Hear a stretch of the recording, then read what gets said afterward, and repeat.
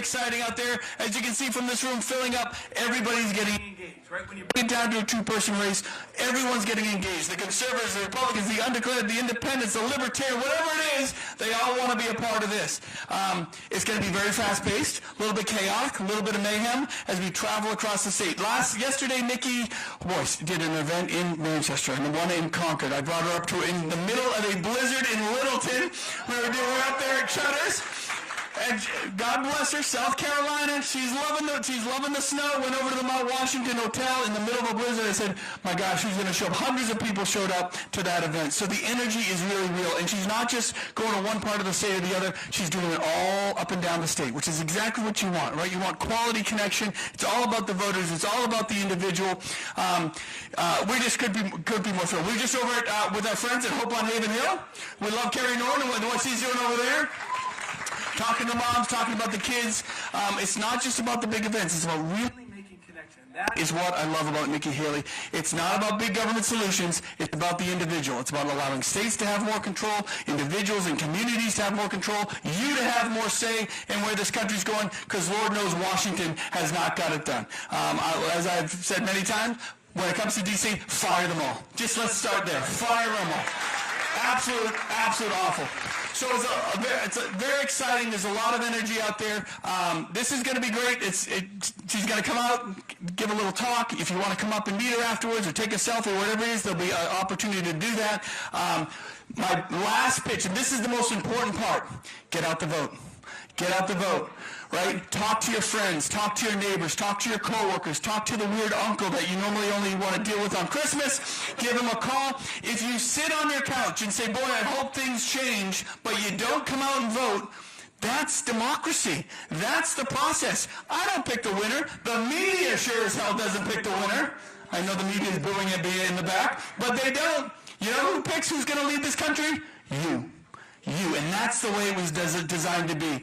So you can't complain about the general election if you don't play in the primary. Get everybody out to vote. You know how many total votes Donald Trump got out of Iowa? Iowa has 3 million people. You know how many votes he got the other night? 56,000. Does that dictate the future of this country? Heck no. So when we come out in droves, when we get out the vote all across anyone who's eligible to vote, bring them on out. It's fun. And I promise this. I've cashed in a lot of chips. I am promising good weather. That's how good of a governor I am.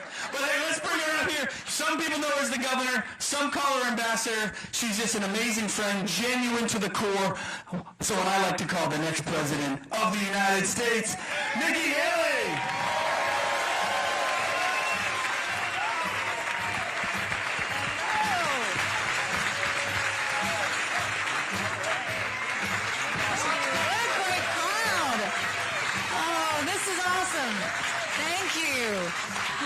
What a good-looking crowd. It's great to see all of you. You know, the big joke I had with Chris is we've been campaigning here for 11 months. Doing dozens, well, I think it's over 80 town halls now that I've done, answering every question, shaking every hand, being the last person to leave. And every time I would tell Chris, I'm like, Chris, it's cold here. And then he would be like, no, it's not cold. Well, then I was in Iowa, -40 wind chill. So I will never say it's cold ever again. That is my promise. It is great to see all of you here. We're thrilled to know that this is the week that all eyes are on New Hampshire. This is the week that you have the responsibility to decide where the country's going to go from here. And so I want to thank you for taking the time. You know, you look at what's happening in the country, and you don't have to watch the news to see that it's not great, right? We are $34 trillion in debt. We are having to borrow money just to make our interest payments. China owns some of that debt. Now, I would love to tell you that Biden did that to us. And he sent us down this roller coaster of socialism that is dangerous, that we have to stop. But I've always spoken in hard truths, and I'm going to do that with you today. All Republicans did that to us, too. You go back and look at that $2.2 trillion COVID stimulus bill they passed with no accountability. that expanded welfare that's now left us with over 80 million Americans on Medicaid, 42 million Americans on food stamps. That's a third of our country. And did Republicans try and make it right? No. They opened up earmarks and pet projects for the first time in 10 years, pushing through 7,000 of them a year ago. Things like $30 million on an honors college in Vermont, $10 million to tear down a hotel in Alaska, $7.5 million on a courthouse in Colorado, and the list goes on. The spending has to stop. Everybody talks about what a great economy we had under Trump. He put us $8 trillion in debt in 4 years. Our kids are never going to forgive us for it. So where do we go from here? How do we fix it? The first thing we do is we make sure that we get all of Congress to realize, stop the spending, stop the borrowing, let's eliminate the pet projects, and I'll veto any spending bill that doesn't take us back to pre-COVID levels. We have to do that.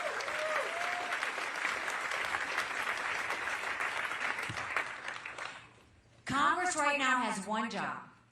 That's to make sure that they pay for government on time. That's always been their job. Do you know Congress has only given us a budget on time 4 times in 40 years? That's it? Do you know what I say to that? You don't give us a budget on time, you don't get paid. It's that simple. We've got to start holding them accountable. If 8% of our budget is interest, quit borrowing. Cut up the credit cards. You have to balance a budget every day. I had to balance a budget as governor. Why is Congress the only group that refuses to balance a budget? The next thing we'll do is we'll take as many federal programs as we can and send them down to the state level. Think education, think welfare, think healthcare, think mental health. If all of those things are sent down to the state level, you're dramatically reducing the size of the federal government and you're empowering people on the ground. And then we want to open up the middle class. Right now we're watching the rich get richer and the poor get poorer. We're going to make sure that we eliminate the federal gas and diesel tax in this country. We're going to cut taxes on the middle class and simplify the brackets. And we're going to make the small business tax cuts permanent.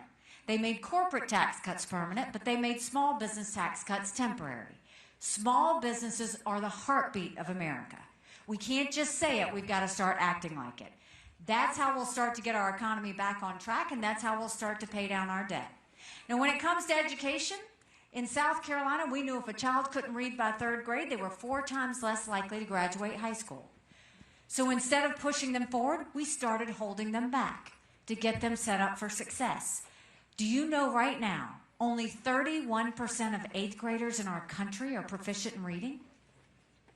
Only 27% of 8th graders are proficient in math. If we don't do something and do something quick, we're going to be in a world of hurt 10 years from now. So let's get them reading again. The second thing is, no parent should ever wonder what's being said or taught to their child in the classroom. We need complete transparency in the classroom. We will make sure every curriculum is online so that every parent can see it. The next thing is, parents have one job, and that's to make sure we do right by our kids. That's why every parent should be able to decide which school their child goes to or what mode of education they have. And then let's start building things in America. Let's put vocational classes back into our high schools.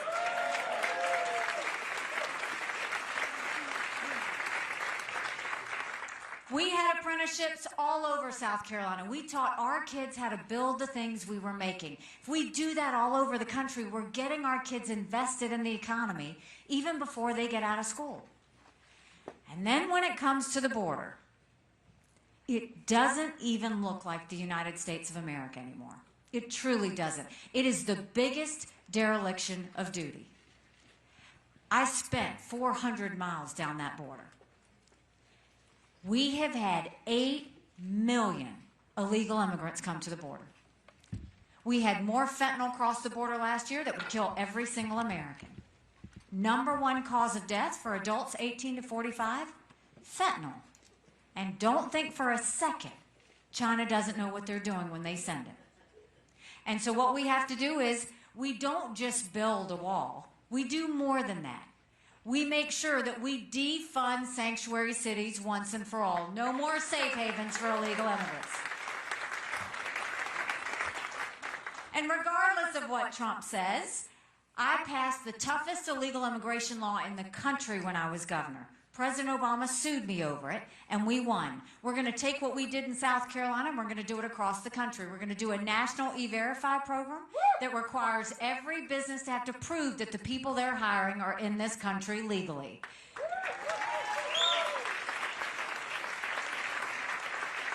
We're going to put 25,000 Border Patrol and ICE agents on the ground and let them do their job.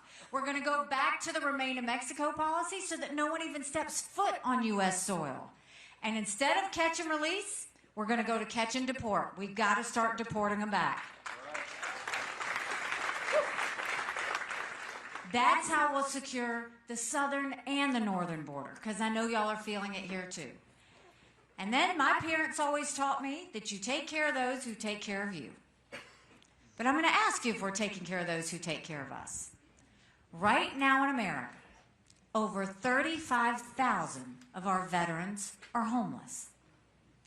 1 in 3 suffers from PTSD or thoughts of suicide.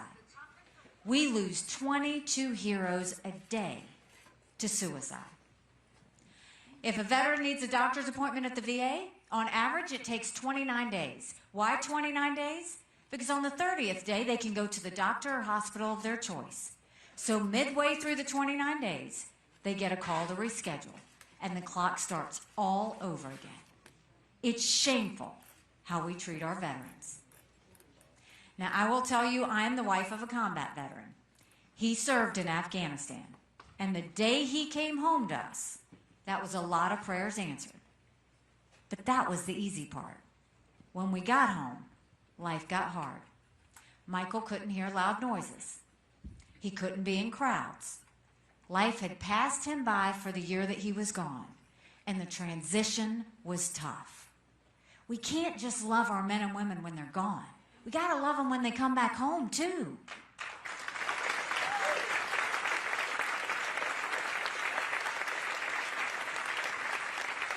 So to do that, you don't just take care of them for 2 weeks when they're stateside, you take care of them for the long haul. Let's do telehealth so that they get the mental health care they need right when they need it. Let's make sure that they can go to the doctor or hospital of their choice. They've earned that right.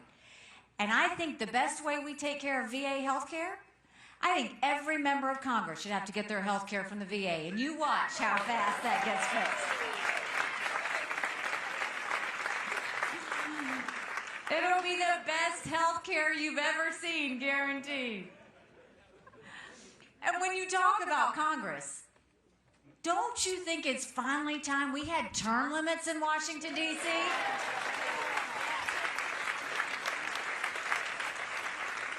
Don't you think we need to have mental competency tests for anyone over the age of 75?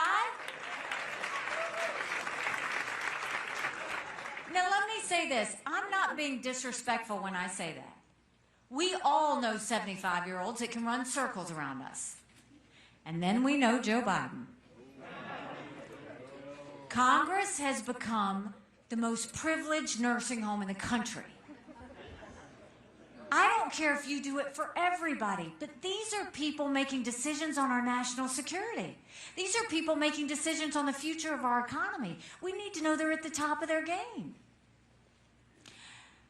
Then there were 2 things that Russia, China, and Iran never wanted us to have when I was at the United Nations. They never wanted us to have a strong military, and they never wanted us to be energy independent. We won't just be energy independent. We will be energy dominant. We will get the EPA out of the way. Right now they care more about sagebrush lizards than they do of whether we can afford our utility bill.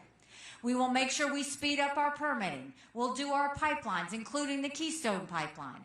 We will make sure we do export as much liquefied natural gas as we can. We'll do nuclear power. We'll do all of the above. But we won't just do enough energy to survive. Let's turn our energy industry into a powerhouse that really fuels our economy. That will get the inflation down, and that will build up our coffers. No more going hat in hand to Saudi Arabia. No more getting dirty oil from Iran or Venezuela.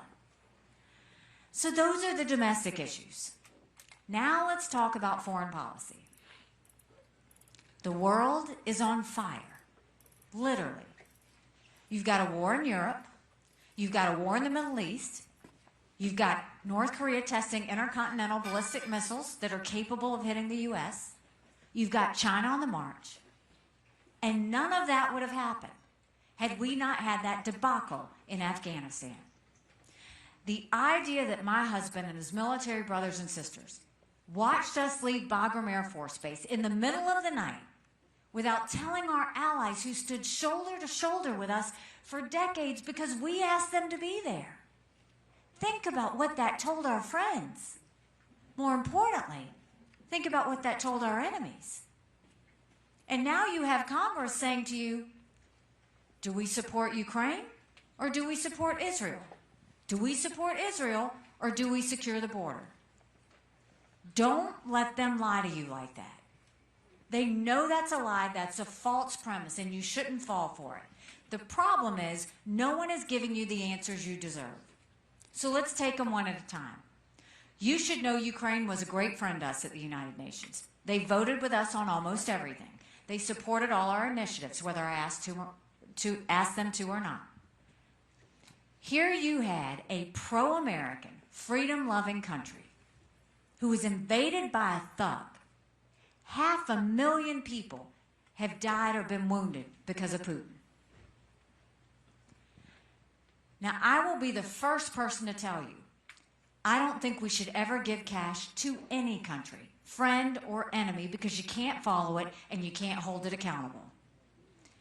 The second thing is we don't need to put troops on the ground in Ukraine, and they don't want them. They want to be able to win this themselves. But I do think we should give them the equipment and ammunition they need to win. And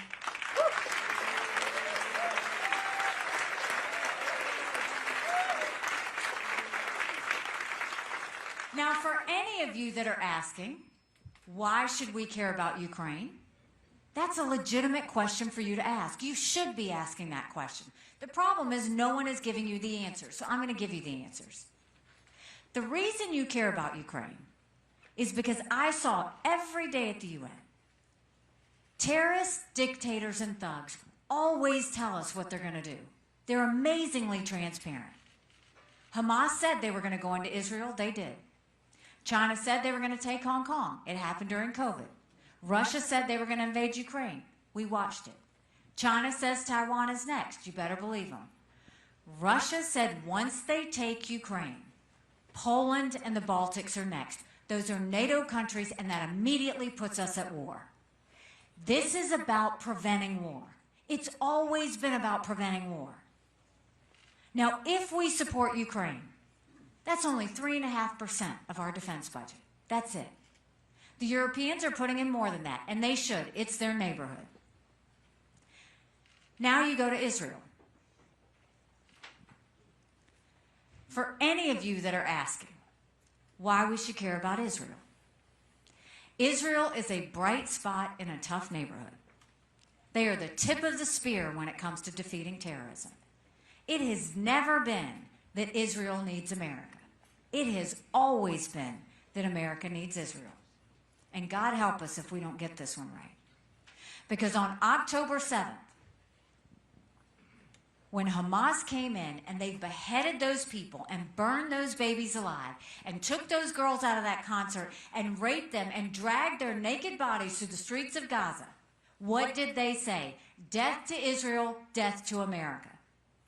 That's why we care about Israel. If we supported Ukraine and Israel, that's only 5% of our defense budget. Now, securing our border, priority number one. Without question, we have to secure our borders. No more excuses right away.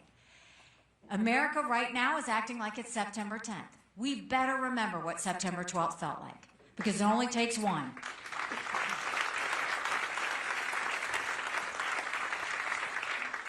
Now, if we support Ukraine and we support Israel and we secure our northern and southern borders, that's less than 20% of Biden's green subsidies. So don't let them tell you that you have to pick.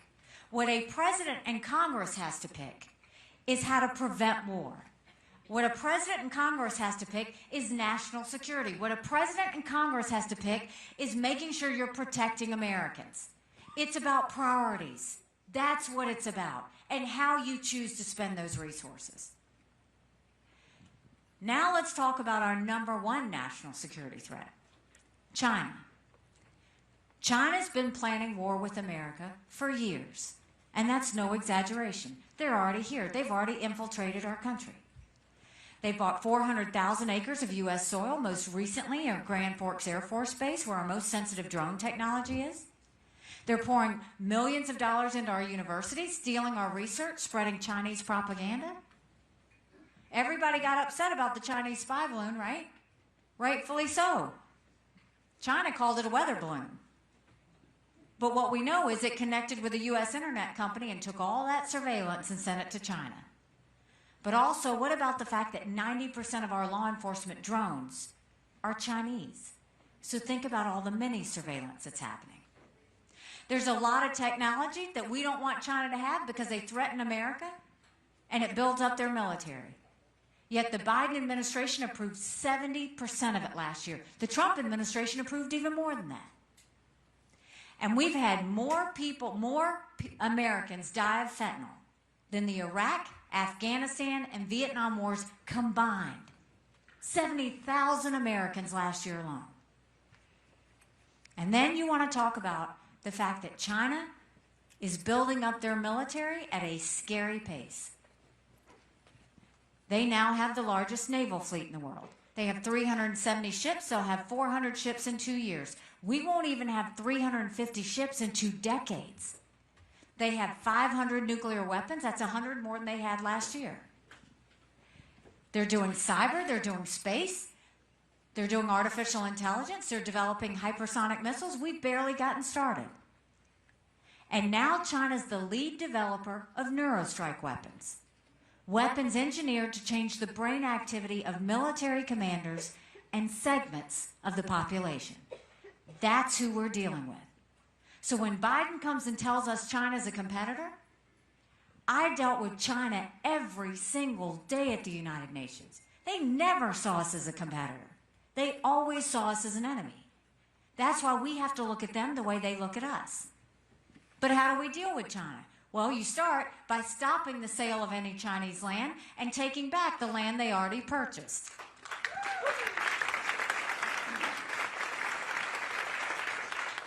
We go to our universities and we say, you either take foreign money or you take American money, but the days of taking both are over, and you get that infiltration out of our schools. We tell China we're gonna end all normal trade relations with them until they stop murdering Americans with fentanyl. And if that means making sure that we take our special operations and handle it ourselves on the Mexican border, we will do that.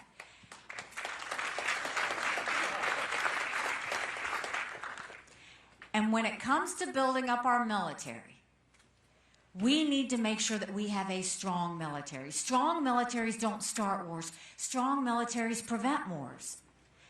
And that doesn't mean throwing a lot of money at the Department of Defense. It actually means cleaning it up, getting out all the programs they shouldn't be doing, having them stop playing favorites with defense contractors, having them move so that our men and women have what they need so that they can deal with the threats of the future. We've got too many generals looking at wars of the past, land, air, and sea. We need to be focused on threats of the future, artificial intelligence, cyber, space, hypersonic missiles, submarines. Those are the things we need to focus on. And we need to stop all these programs. For goodness sake, we have got to stop these gender pronoun classes that are happening in our military. It's demoralizing them.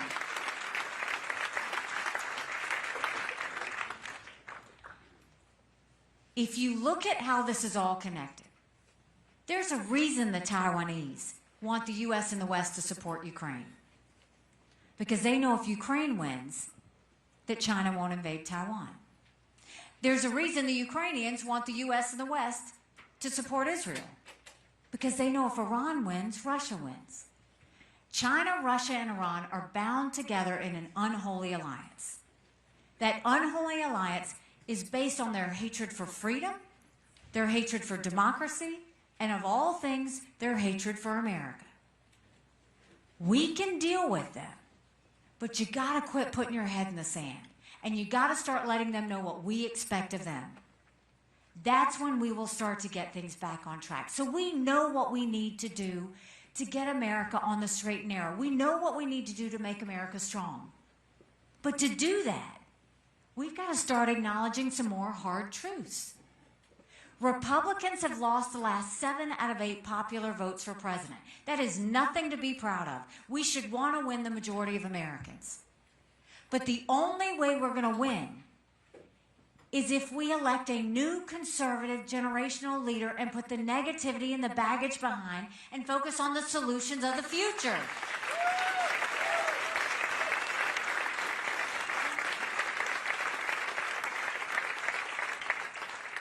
Now, another hard truth. I voted for President Trump twice.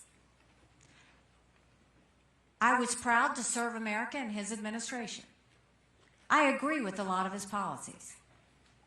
But rightly or wrongly, chaos follows him. And y'all know I'm right. Chaos follows him. And we can't have a country in disarray and a world on fire and go through 4 more years of chaos. We won't survive it.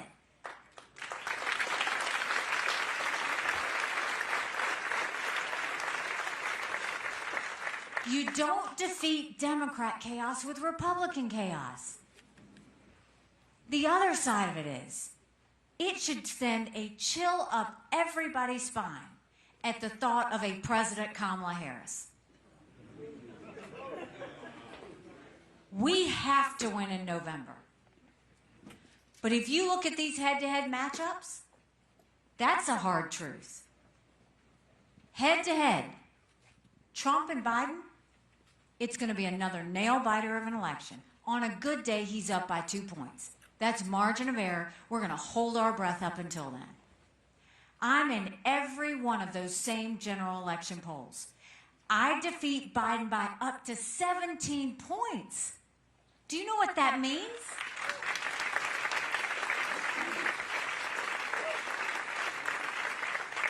That's bigger than the presidency.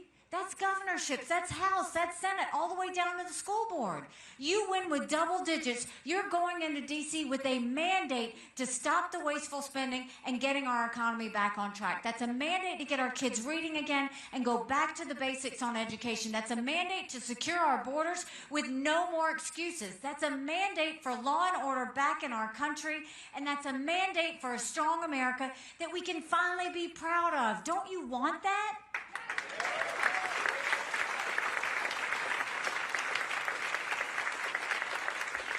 Because we could have that.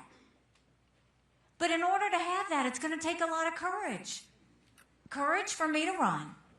And courage for every one of you to know, don't complain about what happens in a general election if you don't play in this primary on Tuesday.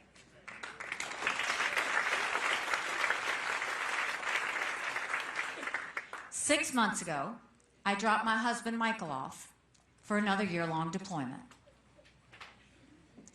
And I watched him and 230 soldiers pick up their 2 duffel bags of belongings to go to a country they'd never been, all in the name of protecting America. They're willing to sacrifice their lives and their families because they still believe in this amazing experiment that is America. So if they're willing to sacrifice their lives there, shouldn't we be willing to fight for America here? Because we have a country to save.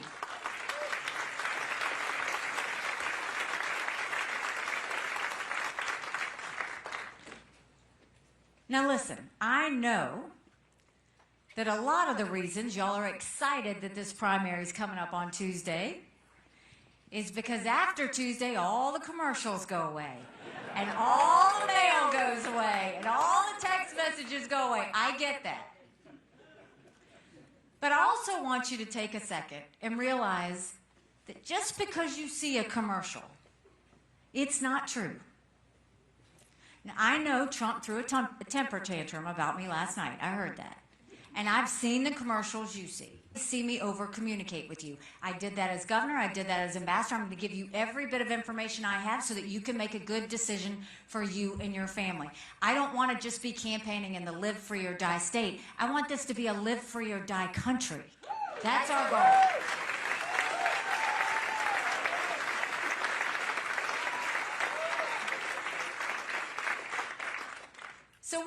things that my friend Trump said was that I didn't want to close the border. You saw what I said about the border. He said I didn't want a wall. What I said is I don't want just a wall. We've got to do more than that to make sure we have no flow coming in. So we answered that question. I want to end Social Security. I've literally never said that. Literally never said that. He honestly thinks if he says something, it just becomes true. What I will tell you, though, is I am the only candidate that has ever said we need to do something about Social Security, because Social Security will go bankrupt in 10 years and Medicare will go bankrupt in 8. So what I have said is none of you should ever worry that we're going to do anything to hurt your Social Security. America should always keep her promises. But what it does mean is we've got to make sure we keep it solvent. And the way we'll do that is we'll go to those like my kids in their 20s, and we'll say we're going to change the rules for you. And we'll raise the retirement age for them to reflect life expectancy. We'll limit benefits on the mega wealthy. Instead of cost of living increases, we'll do increases based on inflation. And we'll expand Medicare Advantage plans, which seniors love, so that there's more competition in health care. That's what we're going to do with that. That way we can ensure that our kids also have something when they become of age. So this is going to be silly season. You're going to hear a lot of other things, but this is what I'm going to tell you. Is while he's lying about me, I'm going to tell you the truth about him.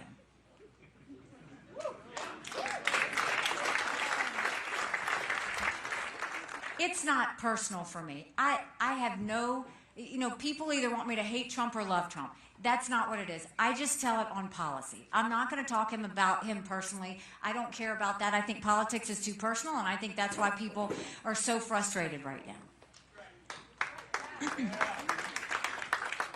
He has said he wants to raise the retirement age, the Social Security age, to 70. He proposed when he was president he wanted to raise the gas tax up 25 cents. Those are things he needs to answer for. Oh, that's right, he won't get on a debate stage. Well, maybe you can ask him at another time. Listen, Tuesday is a big day.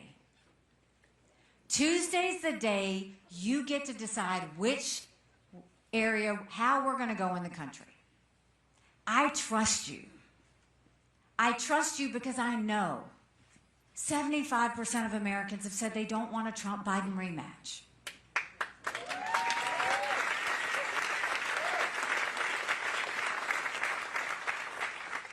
The majority of Americans have said they don't want their options to be two 80-year-olds for president. We've got to move past that.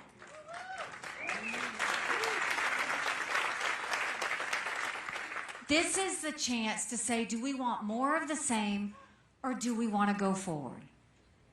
We don't want more of the same with the Trump-Biden thing. We don't want more of the same where we've got 80-year-olds in D.C. We don't want more of the same where both of them are distracted by investigations and all these other things. We deserve better. And the way we're going to do that is when we get a new generational leader that's focused on the future. When all of you come together and say, now is the time New Hampshire is going to make a difference. I promise you that you're going to see a difference. Someone asked me why I was running, and I told them my parents came here 50 years ago to an America that was strong and proud and full of opportunities. I want them to know that country again. I'm doing this for my husband, Michael, and his military brothers and sisters. I want them to know their sacrifice matters. I want them to know that we love our country. I'm doing this for my daughter who just got married, and I saw how hard it was for her and her husband to buy a home. The average home buyer in America now is 49 years old. The American dream is leaving them. And I'm doing this for my son who's a senior in college, and I am tired of watching him write papers of things he doesn't believe in just to get an A. That's not us. That is not America. And for the first time, 81% of Americans don't think their kids are going to live as good of a life as we did. We can't be okay with that. I'm not okay with that. We have a country to save. But I'll promise you this. You show up on Tuesday. If I can earn your vote, I promise you that our best days are yet to come. Thank you very much. God bless you.